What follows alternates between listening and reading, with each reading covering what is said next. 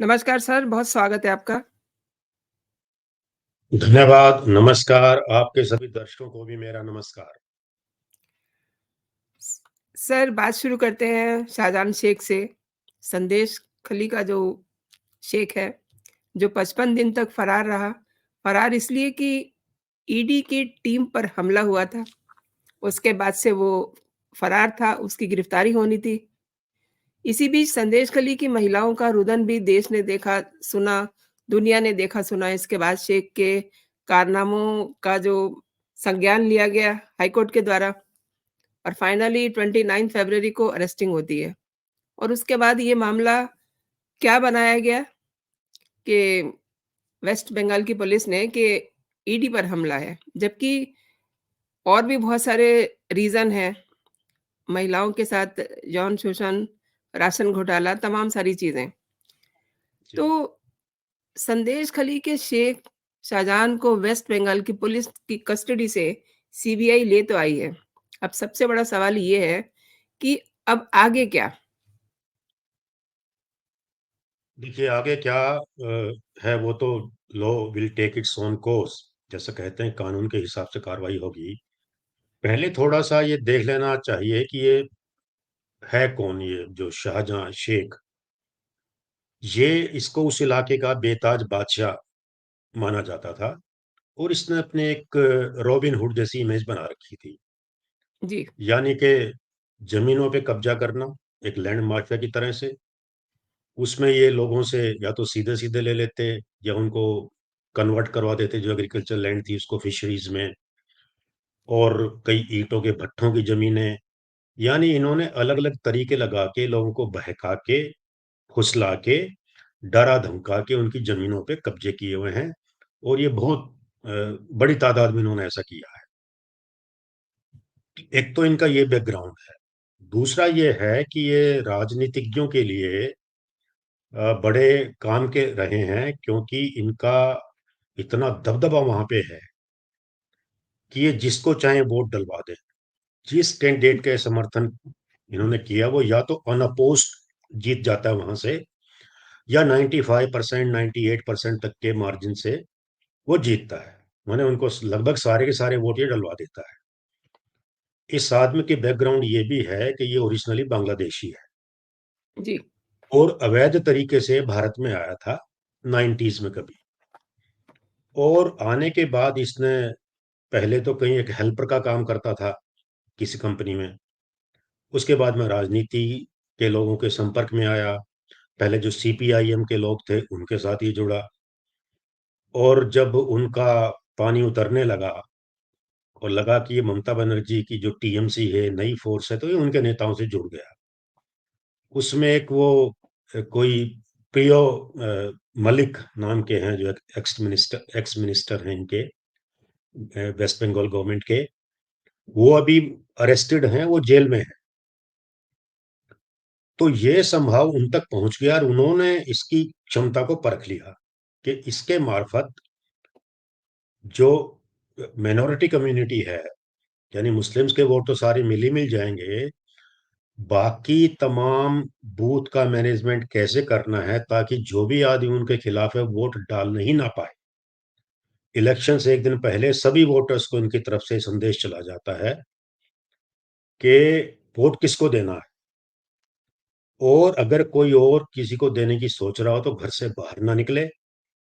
अगर वो निकल गया तो फिर उसकी खैर नहीं। इस आदमी के पास 200 लड़कों की इसने एक सेना बना रखी है। वो सब मोटरसाइकिल्स पे सारे दिन घूमते रहते हैं और लोगों में संदेश देते रहते हैं। संदेश क्या, उनको डरा के, धमका के, दादागिरी के संदेश उनको देते हैं कि तुमको ऐसे करना है। किसी की ज़मीन हथिया ली, किसी का ईंट भट्ठा हथिया लिया, कहीं उस पे अपनी फिशरीज़ वो कर दी। बेबी श्रिम्प का इसे बड़ा शौक है, उसका बिज़नेस प्रोसेसिंग का इसका है। इसका भाई भी इसके साथ है, जो इन्हीं धंधों में लिप्त है। खुद ये ब्लॉक प्रेसिडेंट है वहाँ पे और जो जिला पंचायत का मेंबर भी ये वहाँ पे रहा है। तो कुल मिलाकर के इसने अपनी एक पैरेलल सरकार वहाँ पे चला रखी थी।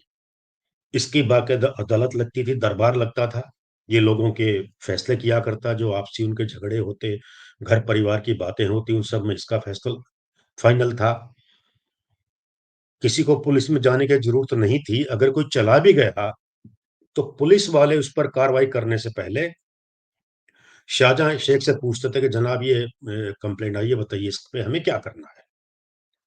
तो एक तरह से बेताज बादशाह जो इसको वहाँ लोग कहते थे, वो बिल्कुल सही कहते थे क्योंकि पूरे प्रशासन पे इसकी एक छत्र पकड़ थी और राजनीतिज्ञों को पैसा भी देता था और उनको वोट भी दिलवाता था, तो उनके लिए बड़े काम का था।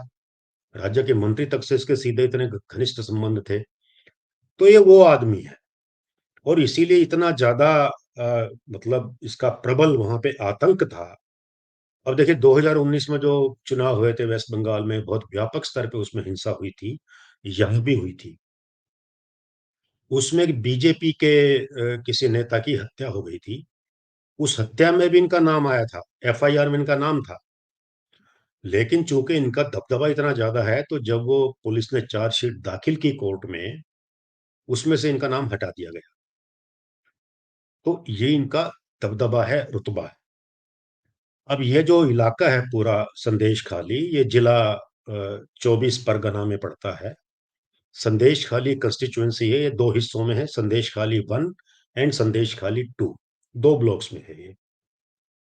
और ये जो 24 परगना जिला है, ये सुंदरबन का भाग है। Now Sundarban is one of the most beautiful areas in the world.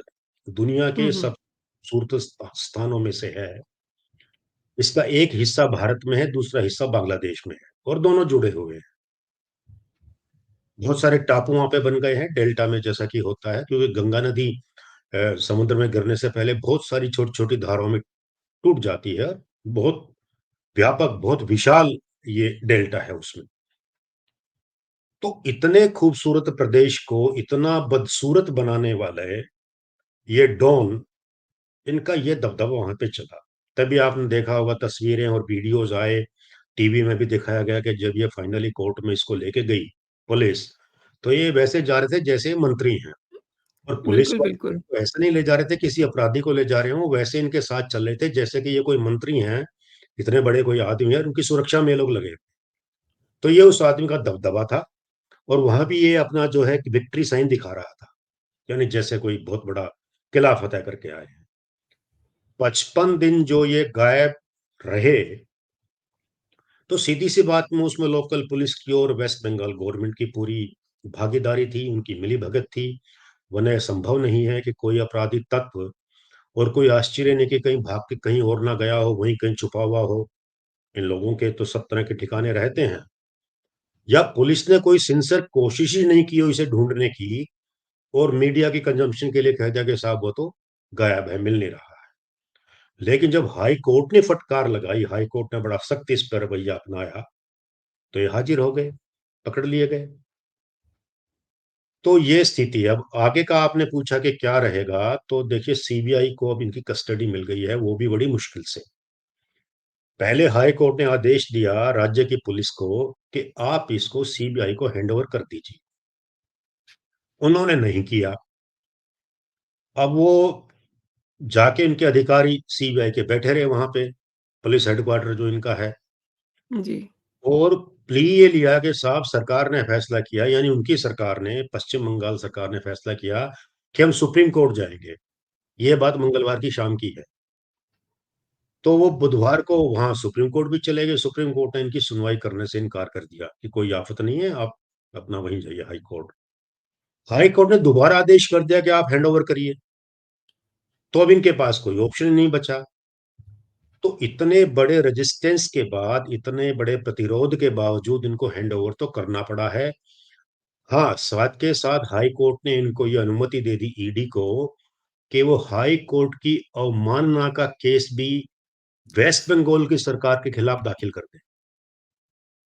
तो इसमें इसमें कई पहलू हो गए हैं। अब ये शाहजहां शेख अकेले ही नहीं है, इनको इतना ज्यादा समर्थन देने के लिए पश्चिम बंगाल सरकार खुद कटघरे में खड़ी है, और उसके ऊपर हाई कोर्ट की अवमानना की तलवार लटक रही है। ये बात हुई। तो अभी जो इनको कस्टडी मिली है, ये बेशक इस संबंध में है कि जो इन्होंने ईडी की टीम जो इनके यहाँ रेड करने गई थी, 5 जनवरी 2024 की बात है। तो उन एक ये और एक इनके एक और साथी हैं, वो शंकर आध्या, ये एक और महाशय हैं, ये दोनों उस मंत्री के बड़े खास आदमी हैं। तो उनके यहाँ भी रेड करने गई थी। दोनों जगह पे अटैक हुआ है इनके ऊपर, ईडी की टीम पे। और अटैक इतना कि उनके व्हीकल्स को तोड़ दिया, वो बेचारे लहूलुहान हो गए जो अपनी ड्यूटी करने गए थे। वहां पे 200 आदमी करीब इकट्ठा हो गया, और इन्होंने जो है पूरा इन पे प्रतिरोध किया। तो उस हंगामे और हुड़दंग का फायदा उठाकर ये तो कहीं गायब हो गए, लेकिन ईडी ने अलबत्ता उनको गिरफ्तार कर लिया, जो दूसरे हैं वो शंकर आद्या।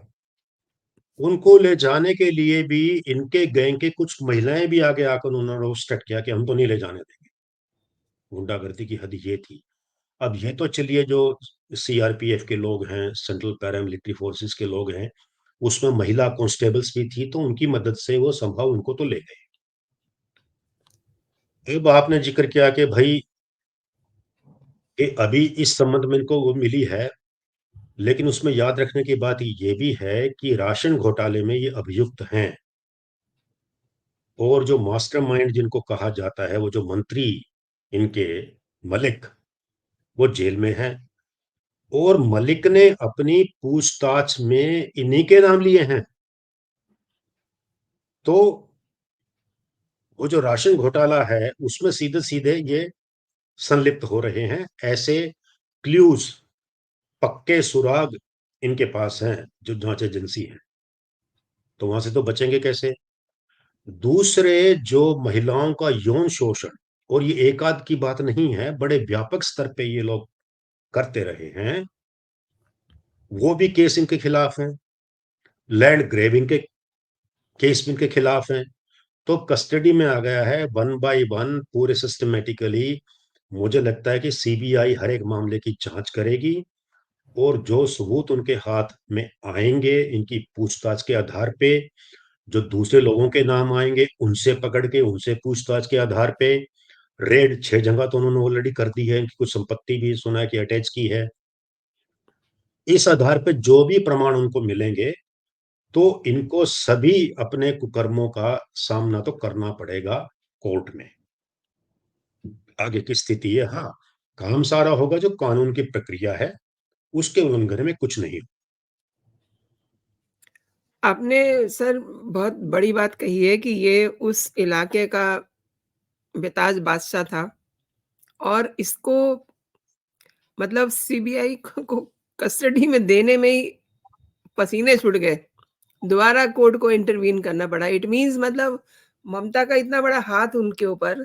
अब सवाल ये बेशक। बनता है कि सीबीआई के सामने राशन घोटाले की कोई लीड अगर शेख बताता है, तो क्या वो सब लोग भी फिर सीबीआई के सामने पेश होंगे? बेशक, मैंने कहा ना कि इनसे पूछताछ के आधार पे जो भी उनको सुराग मिलेंगे, जो क्ल्यू मिलेंगे, जो उनको लीड मिलेगी, वो जिस जिस व्यक्ति तक जाएगी, सीबीआई डेफिनेटली उनसे पूछताछ करेगी। और पूछताछ के आधार पे और दूसरे प्रमाणों के आधार पे उनके खिलाफ यदि केस बनता पाया जाएगा, तो उनके खिलाफ बाकायदा केस भी होंगे। इसमें तो कोई शक की बात ही नहीं। वेस्ट बंगाल का राशन घोटाला एक बहुत बड़ा मुद्दा है, जिस वजह से ईडी रेड के लिए भी गई थी ऑब्वियसली। तभी से ये जी। फरार भी था और सुर्खियों में भी था। और जी। अब संदेश कली की महिलाओं के साथ जो कुछ भी सामने आया है, बहुत ही उसका बुरा चेहरा देश और दुनिया ने देखा। 2 बातें हैं सर इसमें, एक तो बंगाल पुलिस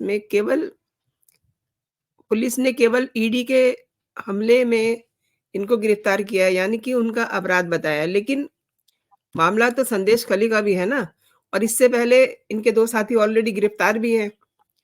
तो सीबीआई जी हाँ। शे संदेश खली का जो केस है, उसको किस तरीके से जोड़ेगी, मतलब क्या प्रोसीडर बनेगा? देखिए, मैंने बताया ना कि संदेश खाली का जो ओरिजिनल केस तो था ये राशन घोटाला, जिसमें ये लोग इन्वॉल्व थे। और उसी सिलसिले में जो मंत्री थे भूतपूर्व, उनको गिरफ्तार भी किया गया, वो जेल में भी हैं। उन्होंने जो जानकारी दी उसी में ये भी अभियुक्त बनाए गए हैं, शाहजहां और वो शंकराद्या। तो वो केस तो इनके खिलाफ है ही है, इनफैक्ट उसी के सिलसिले में तो गए थे रेड करने के लिए। तो ये थोड़े कि उसमें ये बरी हो गए हैं या उस पर कोई कार्रवाई नहीं कर रही है। सीबीआई का ओरिजिनल जो एक्शन है वो तो उसी सिलसिले में है, राइट। इसी प्रकार से जो उन्होंने लैंड ग्रैबिंग की है उसके भी उनके खिलाफ शिकायतें वहां पर हैं, सीबीआई के पास हैं। तो उसकी भी जांच करेंगे ही करेंगे। अब रही बात जो महिलाओं का शोषण हुआ है, इन्होंने एक होशियारी तो की है कि इसमें जो प्रत्यक्ष नाम आ रहे हैं वो लोग इनके गुर्गे हैं, ये स्वयं इनका नाम नहीं है उसके अंदर। इसी प्रकार से लैंड ग्रैबिंग की इन्होंने ऐसे की है कि उसमें इन्होंने अपने नाम उनकी जमीनें नहीं करवाई हैं, राइट। जैसे मैंने बताया शुरू में कि या तो इन्होंने ये किया कि उनसे कुछ अरेंजमेंट कर लिया, एग्रीमेंट कर लिया कि साहब ये आपकी जमीन एग्रीकल्चरल है, हम इस पे फिशरी करना चाहते हैं तो आप इसको कन्वर्ट कर दीजिए। उनसे एक एग्रीमेंट बनवा लिया, लीज एग्रीमेंट बनवा लिया।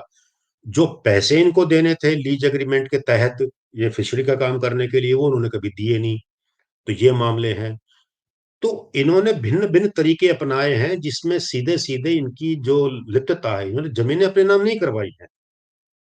तो इसमें एक अंतर है, लेकिन घपला तो है, क्यों कब्जा तो इन्होंने किया है। उनमें से कुछ लोग बल्कि सामने आ गए कि साहब हमारे साथ ये हुआ है, तो वो भी केस दर्ज है।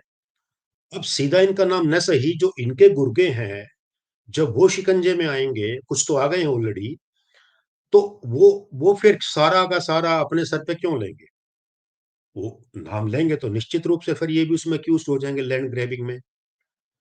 यही बात जो महिलाओं का शोषण हुआ है, अभी तो देखिए महिलाओं ने खुल के बोला है और बाकायदा बात मीडिया में आई है। ये मामला इतना ज्यादा तूल पकड़ गया है कि खुद प्रधानमंत्री ने सार्वजनिक मंच से इस मुद्दे पे बात की है। गृह मंत्री ने बड़े साफ शब्दों में कहा है और बड़े दमदार ढंग से कहा है कि इसमें पूरा कार्रवाई कानूनी हो की जाएगी। तो ऐसी स्थिति में देखिए, अभी तक तो इनके आतंक का राज्य था, इसलिए जो बेचारी महिलाएं थी वो खून का घूंट पी के रह जाती थी। लेकिन जब ऐसे स्तर से आश्वासन मिलता है, जहां पे खुद प्रधानमंत्री देश के कहें कि ये जो बड़ा गलत हुआ है और इस पे तो कार्रवाई होगी, जब देश का गृह मंत्री बड़े स्ट्रॉन्ग वर्ड्स में कहता है, तो निश्चित रूप से उन महिलाओं में से कईयों को जो है ये हिम्मत होगी उनके अंदर कि वो आके फॉर्मल कंप्लेंट भी करवाएंगी। इनफैक्ट हिम्मत ऑलरेडी आ गई है। जी, कई जगह इनके गुर्गों की उन्होंने पिटाई की है उन महिलाओं की। जी, जी। गुंडागर्दी का देखिए सारा जो आधार है वो है डर, आतंक। इनका आतंक था, तो जो पीड़ित थे वो सारे दुख तकलीफ सहकर भी चुप थे। लेकिन कहते हैं ना, कभी न कभी तो पाप का घड़ा भरता है। तो इनका घड़ा भर गया है, तो इनका इंसाफ तो पूरा होगा। और अब ये सीबीआई के पास आ गया मामला, तो वो ये पक्का मान लीजिए कि वो किसी को छोड़ने वाले नहीं हैं। और ऐसे अपराधियों का जो सबसे बड़ा सहारा था, यानी पश्चिम बंगाल की सरकार, न केवल ये वहां से उनको निकाल लाए हैं, बल्कि वो भी अब देखिए बैकफुट पर आ जाएंगे, आप देखिएगा। क्योंकि हाई कोर्ट की अवमानना का एक जो केस है, वो वहां के चीफ सेक्रेटरी और उनके जो पुलिस कमिश्नर हैं, जो डीजीपी हैं, उन पे भी लटकेगी ये तलवार, लटक रही है। इनफैक्ट ऑलरेडी ईडी अपना कुछ दिनों में जो ऑब्वियसली। कार्रवाई करेगी। तो ऐसा नहीं है कि अब ये क्या नाम, इनका क्या बनेगा वाला वो सवाल नहीं है। अब तो इन्हें अपने पापों का परिणाम भुगतना पड़ेगा। हाँ, समय जो हमारी प्रक्रिया में लगता है वो सो लगेगा जरूर। One more thing, I want to know कि मतलब जिस तरीके से इनको सीबीआई को हैंडओवर करने में इतना टाइम लग गया, और एक और टेक्निकल चीज़ है, जैसे कि 1 तारीख को प्रधानमंत्री राजभवन में वेस्ट बंगाल में पहुँचते हैं और हम्म, उससे ठीक 1 दिन पहले इनकी अरेस्टिंग होती है। आप टाइम का जी। मैनेजमेंट देखिए ममता बनर्जी का। 1 दिन हम्म, पहले अरेस्टिंग हो जाती है, हाई कोर्ट इंटरवीन करता है, द वेरी नेक्स्ट डे दौरा होता है प्रधानमंत्री का, उसमें सब चीज़ें आती हैं और उसके बाद उन्होंने फिर उस इलाके में भी प्रधानमंत्री ने एक और रैली की, जिसमें वो महिलाएँ भी आईं। मेरा आपसे सवाल ये है कि ये अगर कुछ बातें राशन घोटाले को लेकर के, उन महिलाओं को लेकर के या और ज़मीन का जो ग्रैबिंग है उसको लेकर के, सरकार के लोगों का नाम लेते हैं, आई मीन इनको शेल्टर था सीधे-सीधे ममता सरकार का। तो क्या वो सब लोग भी फिर हाज़िर होंगे? बड़ा सवाल ये है। देखिए, इसमें तो शक की कोई नहीं है। हालाँकि मैं पहले कह दूँ कि मुझे दोनों चीज़ों में संबंध नहीं दिखाई देता। आपने कहा कि साहब प्रधानमंत्री की जो विज़िट थी उससे 1 दिन पहले गिरफ्तारी हुई है। वो गिरफ्तारी आपने जैसे खुद भी कहा कि हाई कोर्ट के आदेश पे हुई है। उसमें प्रधानमंत्री के दौरे से कोई संबंध हो ऐसा मैं नहीं समझता हूँ। हाई ये इन्होंने सरेंडर किया 29 उसको और फिर जो है वो उनको कोर्ट में पेश किया गया और सीबीआई के जब आदेश किए हाई कोर्ट ने, वो एक पूरी चेन ऑफ इवेंट्स अलग है, उसमें प्रधानमंत्री के दौरे से कोई संबंध नहीं है। तो अब जहाँ तक ये है कि वेस्ट बंगाल के लोग जैसे मैंने एक तो ये इन पे अवमानना की कार्रवाई का तो हो ही गया है, हाई कोर्ट ने कह दिया है, परमिशन दे दिया है ईडी को कि आप फाइल कर सकते हैं इनके खिलाफ केस, वो करेंगे निश्चित रूप से। तो जो इनका इन्वॉल्वमेंट है पश्चिम बंगाल सरकार के जिन लोगों का इन्वॉल्वमेंट है और वो स्टेब्लिश होगा जांच के बाद ही। आज तो कहने की बातें हैं, मीडिया कह रहा है, जनता कह रही है, ग्राउंड पे जो लोग हैं वो कह रहे हैं, लेकिन कार्रवाई कानूनी कार्रवाई के लिए वो पुख्ता प्रमाण भी चाहिए होते हैं और उसके लिए तथ्य इकट्ठे किए जाते हैं और जो भी संबंधित यदि कोई दस्तावेज है तो वो, वरना जो मौखिक प्रमाण है वो। तो ये सारी चीजें सामने आएंगी जब इनका डीप इंटरोगेशन होगा सीबीआई के सामने। जब सारी बातें आ जाएंगी और उसके आधार पे सीबीआई यदि इस नतीजे पे पहुंचती है कि हाँ साहब सरकार के फला फला फला अधिकारी का इसमें डायरेक्ट इन्वॉल्वमेंट है, तो डेफिनेटली उनके खिलाफ भी एक्शन करेंगे।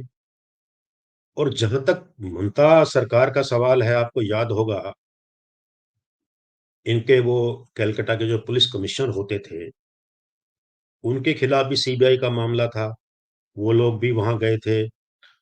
तो खुद Mamata Banerjee sitting chief minister ने धरना दिया था उनके खिलाफ। जी, जी। तो आप अंदाजा लगा लीजिए कि जो लोग गैर कानूनी कामों में लिप्त होते हैं वो चाहे पुलिस का ही अधिकारी है, लेकिन यदि वो ममता जी के हिसाब से चलने वाला है तो वो उसको किस हद तक चली जाएंगे उसको प्रोटेक्शन देने के लिए। तो वो पुलिस अधिकारी, ये गुंडा तत्व माफिया डॉन, राइट। तो प्रोटेक्शन इनका संरक्षण पूरा का पूरा इसका ममता सरकार का रहा है, इसमें कोई शक नहीं है। लेकिन जैसा कहा ना कि एक समय आता है, एक सीमा आती है, एक पाप का घड़ा जब भर जाता है, अच्छा फिर उनको अपना भी डर लगता है। अब देखिए तुरंत फुरंत जैसे इनकी गिरफ्तारी हुई उन्होंने इनको पार्टी के पदों से हटा दिया है। भाई उसका भार वो कब तक ढोएंगे? ये तो उनको फायदा मिल रहा था, चुनाव में मिल रहा था, इनको वोट मिल रहे थे, पैसा मिल रहा था टीएमसी को। पर्सनली तो मैं नहीं कह सकता कि ममता जी को था या किसी और को था, क्योंकि नाम तो एक ही मंत्री का है इनके, जो भी था और जो भी रहा है अभी तक। लेकिन ये भार तो अपने सर पे कोई लेना नहीं चाहेगा ना, इसलिए उन्होंने भी एक्शन शुरू कर दिया इनके खिलाफ। मैंने हटा लेकिन दिया इनको इनकी पोजीशन ममता में जी से। को डे 1 से ही इनको अपनी पार्टी से निकालना चाहिए था ना, जिस समय ईडी पे हमला हुआ था। देखिए आपने कहा चाहिए था, तब वो क्यों करती? उनका ऐसा शुचिता पूर्वक काम करने का तो कोई रिकॉर्ड उनका है नहीं। तभी मैंने आपको जी, इंसिडेंस जी। बताई पुलिस कमिश्नर वाली। जब तक कोई व्यक्ति उनकी पार्टी का है, उनके लिए राजनीति के तौर पे फायदेमंद है, राजनीतिक दृष्टि से लाभदायक है, उनके लिए वोटों का इंतजाम कर सकता है, पार्टी के लिए फंड्स का इंतजाम कर सकता है, तो भले कुछ भी करे ममता जी उसके खिलाफ तो कोई एक्शन कभी लेंगी ही नहीं। और ममता जी क्या, दुर्भाग्य ये है कि पश्चिम बंगाल की पॉलिटिकल कल्चर जो पिछले 40-45 सालों से हो गई है, 1977 में जब से ये सीपीआईएम के लोग आए थे, वहां की कल्चर में तो अपराध और हिंसा और भ्रष्टाचार तो अपनी पीक पे है। ममता ने वेरी उस ऑब्वियस। लीगेसी को कुछ आगे ही बढ़ाया है, कम नहीं किया है। तो जी, चाहिए था, तो आप बड़ी आदर्शवादी बातें कह रही हैं, वहाँ ना वो सीपीआईएम के लोग करते थे, ना ममता जी ने कभी किया है। तो ये तो इनसे आप उम्मीद नहीं कर सकते ना। जी। केजरीवाल को भी थोड़ी-सी बात कर लें केजरीवाल पे। केजरीवाल जी को 8 सम्मन मिल चुके हैं और जब इन्होंने 5वें और छठे सम्मन पे भी इग्नोर किया ईडी को, तो वो हुँ, फिर अपना कोर्ट में गए। लेकिन अब बड़ा डेवलपमेंट लास्ट इवनिंग ये हुआ है कि 6 मार्च को ईडी ने एक शिकायत कोर्ट में दर्ज कराई है और इसमें हुँ, 7 मार्च को कोर्ट की तरफ से इनको एक सम्मन जारी हुआ है। अब सवाल जी, ये कि अगर इस सम्मन पे भी केजरीवाल पेश नहीं होते, तो फिर क्या सीन होगा? मैं मीन्स ईडी के 8 सम्मन, एक इनको तारीख है ही इनकी 16 तारीख 16 मार्च की। अब इनको एक सम्मन दिया गया है 16 मार्च को पेश होने के लिए। जी। क्या सीन देखते हैं आप? देखिए, ऐसा है कि कानून की प्रक्रिया धीमी तो ज़रूर है, लेकिन वो पक्की है, definite, you know, slow and steady, हुँ, ये हुँ। कानून का तरीका है और फिर उसमें डेफ़िनेटली रिज़ल्ट भी निकलता है। जी, केजरीवाल जी ने 8 सम्मन्स के बावजूद भी ईडी के सामने पेश नहीं हुए हैं, ये बात सच है। तो तंग आकर फिर ईडी ने इनके खिलाफ पहली शिकायत कोर्ट में जो दर्ज की थी, सीआरपीसी अंडर सेक्शन 174 में, वो थी जो पहले 3 सम्मन्स इनको दिए थे कि साहब हमने 3 इनको सम्मन्स दिए हैं under section 50 of the PMLA और ये नहीं आए हैं। तो उनका कंप्लायंस में, यानी कि जो ईडी के सम्मन्स थे, उनकी पालना में हाजिर ना होना, ये अपने आप में एक क्रिमिनल ऑफेंस है। ये आपराधिक कृत्य है सीआरपीसी में, आईपीसी में उसकी सजा का प्रावधान है। इस बिना पर ईडी ने कोर्ट के सामने पेश किया अपना केस, कंप्लेंट। उस पे उन्होंने कहा कि आप 16 मार्च को आइए, राइट? तो केजरीवाल जी ने सोचा होगा कि भाई अब तो बात 16 मार्च तक गई, तो जो है कोई चिंता नहीं है। और कोर्ट में भी ये जो इन्होंने अपनी बात रखी थी, वो ऑनलाइन की थी इन्होंने, वीडियो कॉन्फ्रेंसिंग के जरिए, और कहा था कि साहब हम जो है 12 मार्च के बाद वहां पे पेश हो जाएंगे। लेकिन ये अभी जब बाद में सम्मत दिया, उसमें भी नहीं आए। 12 मार्च की तारीख हालांकि नहीं आई है, क्योंकि 16 मार्च की वहां है। तो अब ईडी ने जो दूसरी कंप्लेंट फाइल की है, जिसका आपने अभी जिक्र किया, ये उन्होंने किया है कि चौथे से लेके 8वें तक जो समन्स दिए थे, 5, उनका भी इन्होंने पालन नहीं किया, उनके लिए वो सामने नहीं आए हैं। तो ये उसको लेकर के है। यानी कि जो दोनों केसेस हैं कोर्ट में जो ईडी ने फाइल किए हैं, वो बिल्कुल आइडेंटिकल हैं। पहले वाला इसलिए था कि पहले 3 सम्मन्स का इन्होंने पालन नहीं किया था। दूसरा इसलिए है कि इन्होंने 5 सम्मन्स का भी पालन नहीं किया है। और जो इन्होंने जवाब दिया था इनको, एक सम्मन के जवाब में से 6वां या 7वां किसमें कहा था कि भई अभी तो हम बिज़ी हैं और हम 12 तारीख के बाद वीडियो कॉन्फ्रेंसिंग के माध्यम से आपको हम सहयोग करेंगे आपके साथ। तो एक इन्होंने झीना पर्दा वो लगाया था, क्योंकि अगर एजेंसी को इनके फिजिकल अपीयरेंस चाहिए तो उनको चाहिए, और फिजिकल अपीयरेंस के एवज में ये नहीं कह सकते कि साहब हम तो खाली वीसी के माध्यम से ही आएंगे। तो वो अपराध तो इन पे बनता है। अब 16 मार्च आपको ध्यान होगा, पहले वाली भी तारीख वही थी, इस बार भी वही दी है, यानी कि इन दोनों जो इनके खिलाफ केस आए हैं, दोनों की तारीख 16 मार्च है। अब देखिए 16 मार्च को क्या होता है। बहरहाल ईडी के सम्मन्स की अनदेखी करना, उसका पालन न करना एक अपराध है। तो कोर्ट के सम्मन्स की अनदेखी करना ज्यादा बड़ा अपराध है। यहाँ तो 1 महीने की जेल का प्रावधान है, उसमें 6 महीने की जेल का प्रावधान है। तो ओके। जो इनका मुख्य इनके खिलाफ आरोप है एक्साइज पॉलिसी की गड़बड़ी का, वो तो एक तरफ है ही है।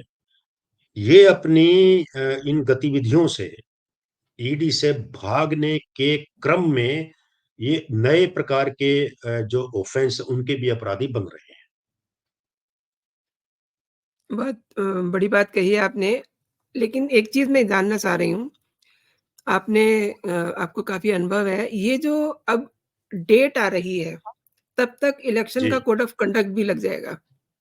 जी। ऐसे में ये सारा जो रायता बिखरा हुआ है, इधर पेशी, उधर पेशी, उधर सम्मन, तो उसका क्या किस तरीके से इनको कार्रवाई में लिया जाएगा, कार्रवाई के घेरे में लिया जाएगा? देखिए, कोड ऑफ कंडक्ट जो इलेक्शन का होता है, उसमें जो कानून की प्रक्रिया है, उस पे कोई प्रभाव नहीं पड़ता है। कानून यदि कोई कानून के अंतर्गत यदि कोई जाँच चल रही है, तो वो जाँच रुक नहीं जाती है। इलेक्शन कमीशन ने जो अपना एमसीसी बनाया है, मॉडल कोड ऑफ कंडक्ट, उसके अंदर ऐसा कोई डायरेक्टिव नहीं है कि सरकारी एजेंसीज़ अपना काम करना बंद कर दें, या कोई भी विभाग अपना काम करना बंद कर दे, ऐसा उसमें नहीं है। तो वो प्रक्रिया तो चलेगी। हाँ, इसका असर ये ज़रूर हो सकता है कि केजरीवाल जैसे कभी विधानसभा के सेशन के आधार पे, कभी बजट के आधार पे, ये जो छूट माँग लेते हैं, तो अब इलेक्शनियरिंग जब शुरू होगी, चुनाव प्रचार शुरू होगा, तो ज़ाहिर-सी बात है बचने के लिए एक आधार इनको और मिल जाएगा कि साहब हम तो जो है पॉलिटिकल आदमी हैं और हम तो अभी चुनाव में हैं, बिज़ी हैं, मैं तो पार्टी का प्रेज़िडेंट हूँ, कन्वीनर हूँ नेशनल और मेरी तो नेशनल पार्टी है, आज मुझे गुजरात में जाना है, कल मुझे मध्य प्रदेश में, परसों हरियाणा में, तरसों पंजाब में। ये इस तरह के ग्राउंड ज़रूर ले सकते हैं उनसे छूट लेने के लिए माने टाइम बाय करने के लिए। तो इस सारे दौर में इनको समय तो मिल जाएगा, वो संभावना तो है। लेकिन उससे काम रुक नहीं जाएगी। जैसे मैंने शुरू में कहा था कानून की प्रक्रिया स्लो एंड श्योर धीमी ज़रूर है लेकिन पक्की है। तो इसका सीन बस यही होने वाला है कि अल्टीमेटली तो इनको भी फेस करना पड़ेगा। नहीं, अल्टीमेटली फेस तो करना पड़ेगा। आई मीन मतलब मैं ये समझना चाह रही हूँ कि उस समय आपने कहा कि कानूनी प्रक्रिया चलती रहती है, राइट? जी हाँ, लेकिन ये चूँकि अब पॉलिटिकल फिगर है, तो उस जी चीज़ का हाँ। ही इन्हें फ़ायदा मिलेगा, लेकिन आप कह रहे हैं कि कानूनी प्रक्रिया चलती रहेगी, तो फिर कैसे चलेगी? हुँ। नहीं चलेगी ना, देखिए इतनी ही तो बात है भई जैसे एडजॉर्नमेंट भी तो मिल जाती हैं। अब पिछली बार जैसे इनको कोर्ट में जाना था, कौन-सी तारीख थी अभी हमको याद नहीं, फरवरी की कोई जी, तारीख जी। थी, जी, हैं? जी। 17, 18, 19 ऐसी कुछ तारीख रही होगी। तो तब इन्होंने कहा कि साहब हम तो यहाँ पे अपना विधानसभा में बिज़ी हैं, तो उन्होंने दूसरी तारीख दे दी। एडजॉर्नमेंट मिलना कोई बड़ी बात नहीं है। सिविल में तो मिलती-मिलती है, जहाँ पे क्रिमिनल चार्जेज़ होते हैं, वहाँ भी मिल जाती है। वो जजेस का अपना डिस्क्रिशन है नंबर 1, नंबर 2 जजेस देखिए वो भी कोई तानाशाह नहीं है। दे आर रीज़नेबल पीपल, है ना? तो जब वो देखते हैं कि भई नेता है, आखिर ये कोई मतलब वो झूठ भी नहीं है उस बात में कि भई इलेक्शनियरिंग में तो जाएँगे ही जाएँगे। तो अगर उनको लगता है कि डेमोक्रेटिक प्रोसेस का ये एक हिस्सा है, उसकी माँग है कि जो एक पार्टी का नेता है, वो अपना कहीं चुनाव प्रचार के लिए जाना चाहता है और यदि जज साहब को लगता है कि हाँ, ये उचित कारण है इनके पेश ना होने का, तो तारीख दे देंगे। तो इतना भर ही तो होगा ना, और कितना होगा? भई आप 1 डेढ़ महीना, 2 महीना अब देखिए कब से चल रहा है समन्स का सिलसिला। तो जो इतना समय निकला और ये और निकल जाएगा इलेक्शन के जो दौरान का है, इससे ज़्यादा क्या होगा? तो प्रक्रिया रुकेगी नहीं, तारीखें जो तय हो गई हैं वो लगेंगी, भले ही एमसीसी लागू हो जाए और ये तो हमारा अनुमान भर है कि ये बहाना बनाएँगे, क्योंकि इनको ये अवेलेबल होगा, ये अभी तक का इनका रिकॉर्ड बता रहा है कि ये हर संभव तरीके से बचना चाहते हैं, कोर्ट से ही बचना चाहते हैं, ईडी से भी बचना चाहते हैं, तो संभावना है कि उनको ये आधार जो मिलता दिखाई देगा, वो ज़रूर वो प्ली करेंगे कि साहब हमको ये काम है, इलेक्शन पे जाना है, तो इसलिए हम नहीं कर सकेंगे। लेकिन इससे सिर्फ इतना ही तो होगा ना कि इनको समय मिल जाएगा, ये टाइम बाय कर सकेंगे, लेकिन इन चीज़ों से ये कानून से बच नहीं पाएँगे किसी भी तरीके से। सर आपने मेरे दर्शकों को पूरी जानकारी दी इस पूरे मसले पे और मेरे शो के लिए समय निकाला, आपका बहुत-बहुत धन्यवाद। नमस्कार। धन्यवाद, नमस्कार, शुभ रात्रि। जय हिंद, जय हिंद, जय भारत। जय हिंद, जय भारत।